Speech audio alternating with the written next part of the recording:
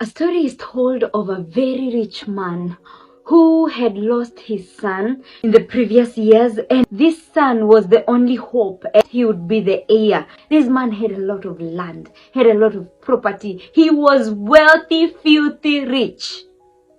And sadly, this man, his time to go and be with the Lord came, and he also died. And they had no surviving relative. And during his memorial service, his will was read, and he said he wanted all his properties to be auctioned, so that the money that will be collected out of the auctioning can be taken to a charity.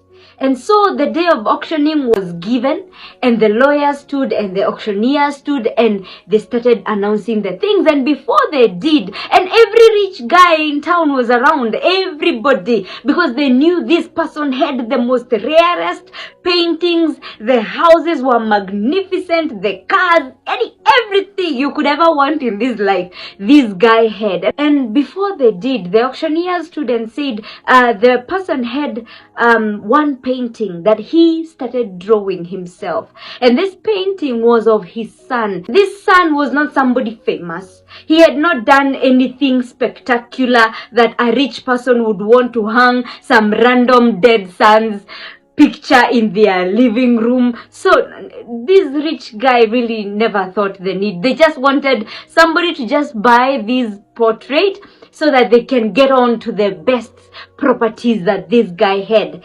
And the auctioneer said, by the way, we are not moving on until somebody buys this portrait. And there was dead silence in the whole auditorium, and nobody really wanted to spend money on that portrait. The auctioneer went as little as saying, we will give it for the lowest amount. That's how much this portrait was sold, because even the auctioneers want to move on.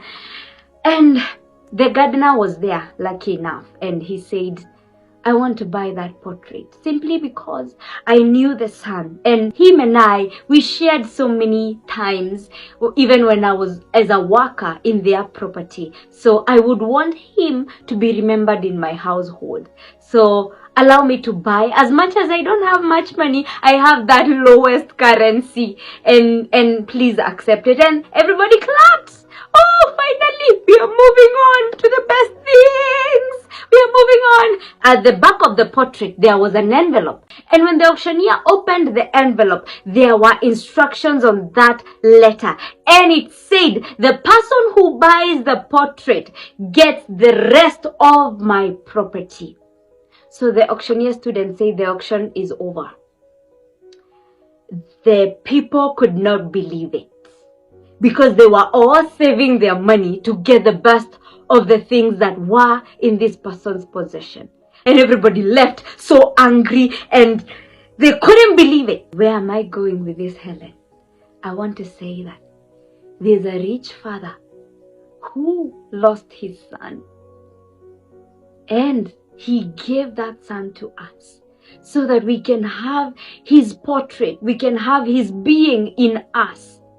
And as soon as you get his being, his whole person in you and in your life, you get to inherit everything the Father owns. We become co-heirs with the Son in the kingdom.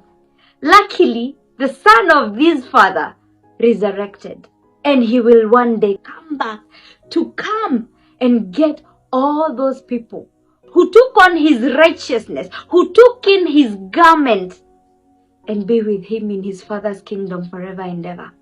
Some of us are here waiting to get the blessings of the Father. We are waiting to buy them without knowing that if you just accept the Son, you don't have to buy anything.